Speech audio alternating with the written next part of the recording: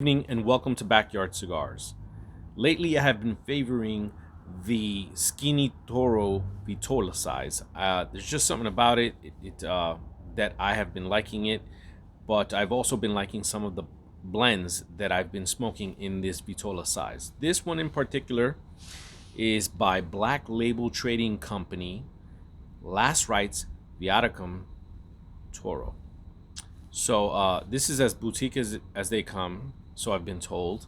And this Skinny Toro 6x48.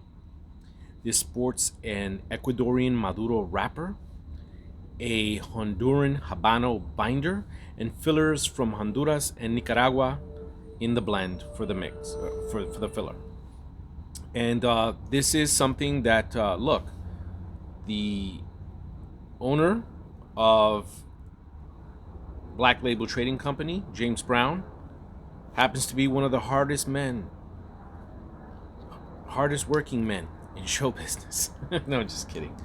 Hardest working men in the tobacco industry because he's constantly trying to come up with blends and cigars that are going to interest us, very much like a lot of the other boutique brands. So when you have this type of competition, like I've said before, you can't look at what everybody else is doing.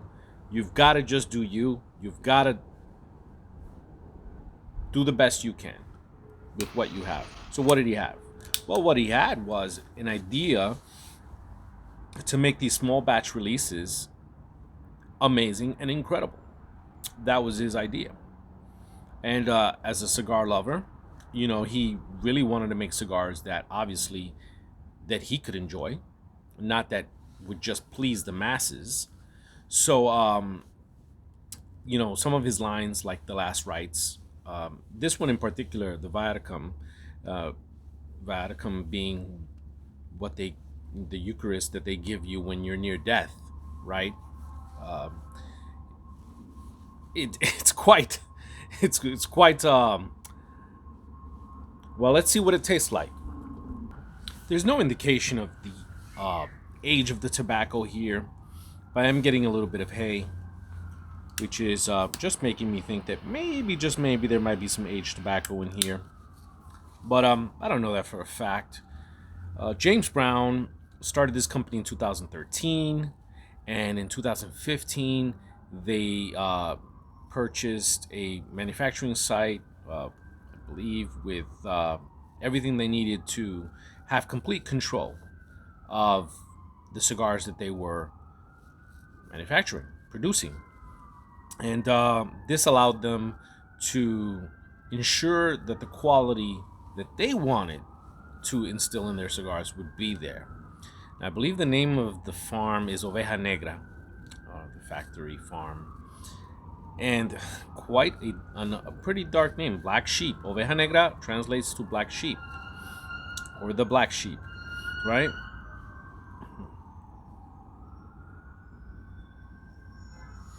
If you look at that band, what I was going to say is it's pretty dark, right? I mean, some of the names of the lines are pretty dark, but I'm getting a lot of spice right now, a lot of pepper and spice, tingling on the tongue with some hay.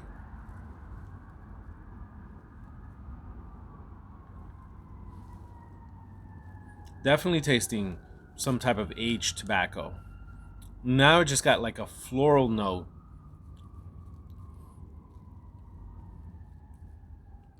followed by a hay note and a crack of pepper. Let's see how this develops and see where it goes. Now, remember when I got these cigars, I couldn't wait to smoke them. I think I had them in the humidor for about 3 days, and I popped one out and I smoked it, and I loved it. And and it wasn't long after that, maybe several days after that, that I had another, and I'm starting to see that they were really, really good. So I said, look, I've only got but so many left. Let them sit in the humidor for just a little longer. So this has been in the humidor now for maybe a month and a half, maybe two, at about 65, 66 RH. I gave it a V cut. This is box pressed, and this cigar is a retweaking or reimagining of one of the first blends, or the first blend that James Brown worked on all by himself from the original Last Rites line. So he's quite proud of this, and I guess he reimagined it in a way that is balanced and full of strength. Now that's what he said. I happen to agree. So when you think of Maduros like this, whether they're Ecuadorian, Mexican San Andres, you're thinking of the cocoa and the sweet notes, and maybe some chocolatey and coffeeness. But there's a lot of floral essence to this cigar and that hay. So there's this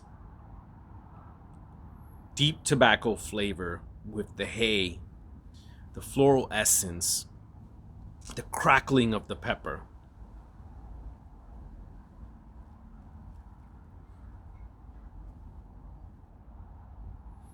And in every puff you get that it's like a floral note that you get. It's in the aroma as well. But the finish is giving you the pepper and the spice, and it's just delivering like a finely tuned guitar or piano, or any of your favorite instruments. It's just finely tuned. The balance is just so good that you feel the strength. The draw is impeccable, and you feel the strength coming from the cigar, but nothing in its finish or in any of the flavors that you get up front necessarily dominate and punch you around, which is, I think, personally, my opinion, how a good strong cigar should be done. There are times when, depending on the vitola size, depending on what the company is marketing the cigar as, or just what their intention for the cigar in general was, that a strong cigar is just a strong cigar, a good strong cigar, perhaps. Comes to mind Tatuaje Fausto, which is a very good strong cigar. Very well balanced, but, and although I'm not reviewing that cigar yet, right now, I'm just going to say it's a little bit more upfront with the strength. And that can potentially scare away some people. And look, when I say scare away, I don't mean to make it sound like, oh, people who don't like strong cigars are wimps. That's not what I mean. Don't take it that way.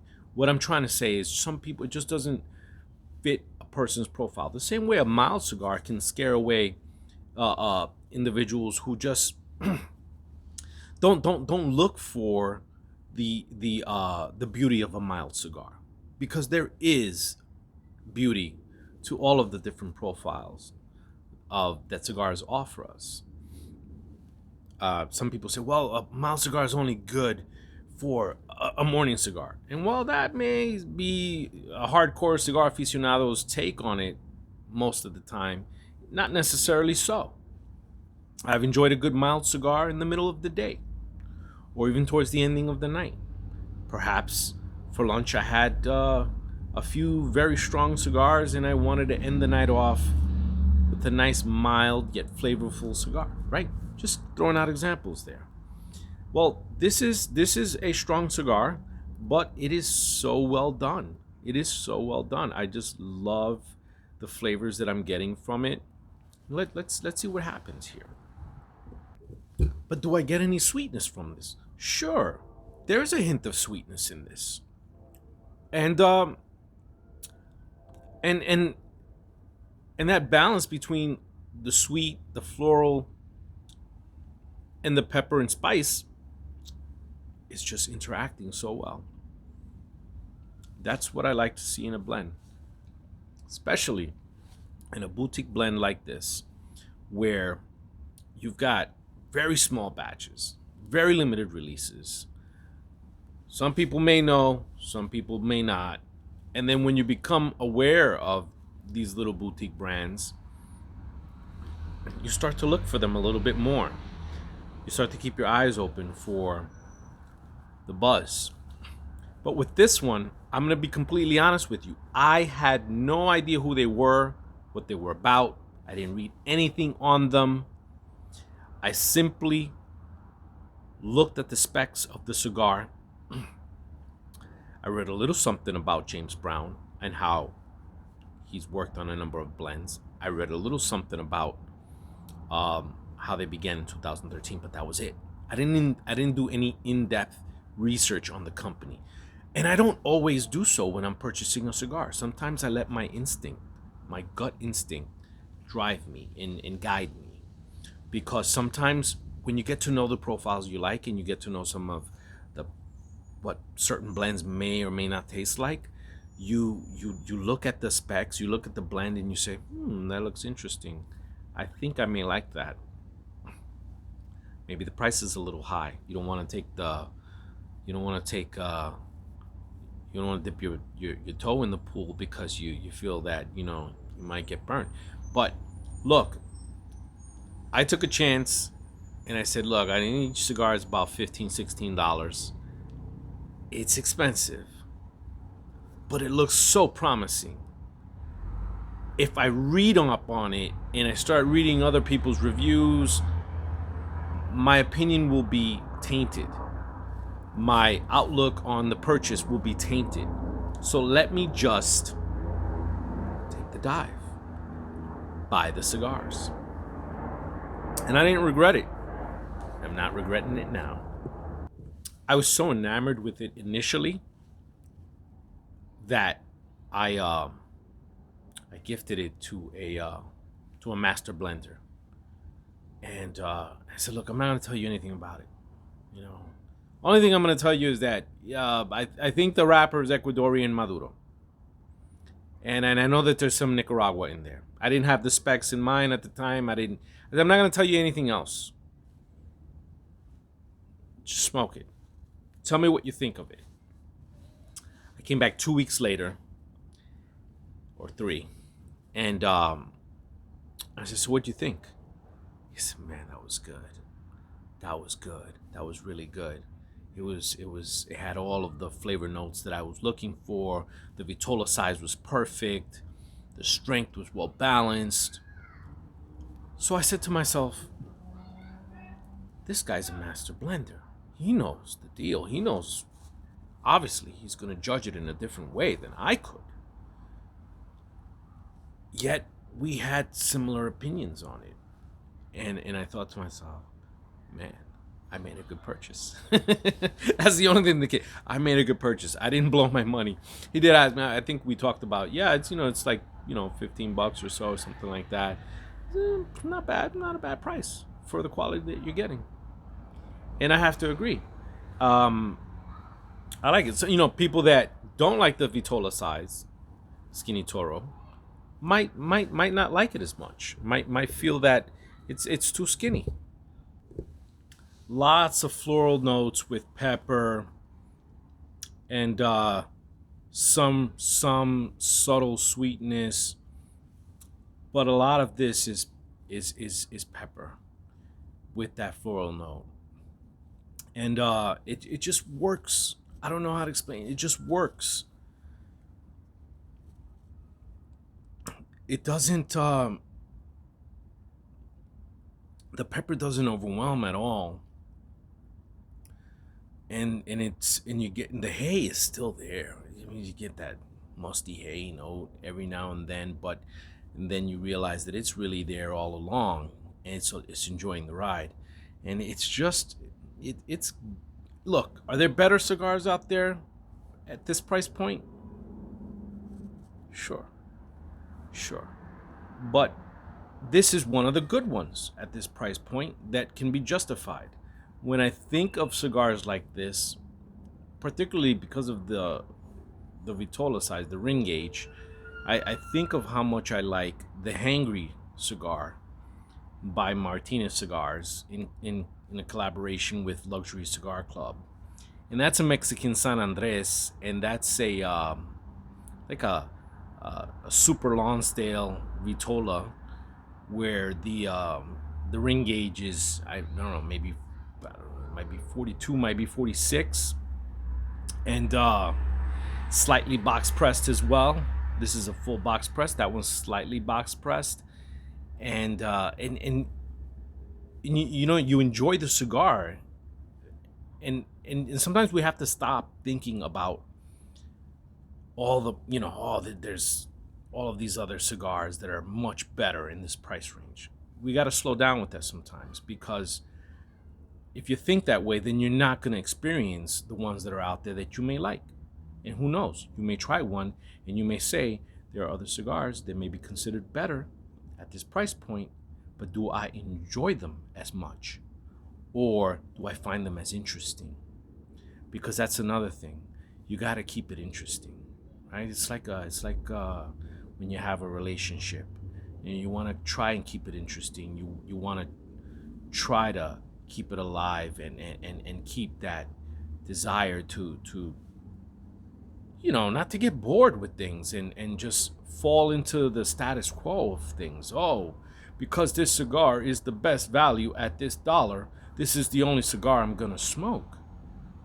I mean, you can, and no one could criticize you for that, and you'd be well within your right, but you'd be missing out. I think you'd be missing out. So I think, you know, this is one of those examples. There's a tendency sometimes with these Vitola sizes, Lanceros and Lonsdales and Skinny Toros, to sometimes smoke them, especially if they're good, right? Smoke them a little too quickly. And every now and then it happens to me, happens to the best of us, and I just take its temperature. I just put my fingers up here like this. And if I can't do this, then that means I'm smoking it too fast, and I gotta let it cool down, give it a break. But if I can do this, I know I'm going at a good pace, and I know that I'm all right. So this is how I take a cigar's temperature. You can go up a little further if you want, but there's no real need. Where my fingers are at are just fine. That's taking a cigar's temperature. You don't have to squeeze it. You just have to gently put your fingers there. And you don't even have to leave them on for as long as I'm leaving it on. But the fact that I can leave my fingers on for this long is a good sign that I've been pacing myself well with the cigar. The nicotine strength is increasing, and surprisingly, the pepper is more subdued now. You're getting a sweet floral note, some creamy notes. The hay is there.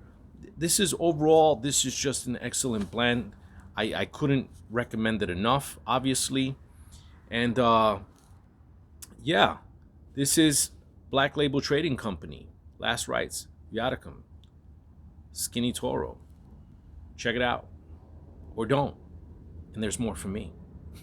Thank you for watching. Until next time on Backyard Cigars.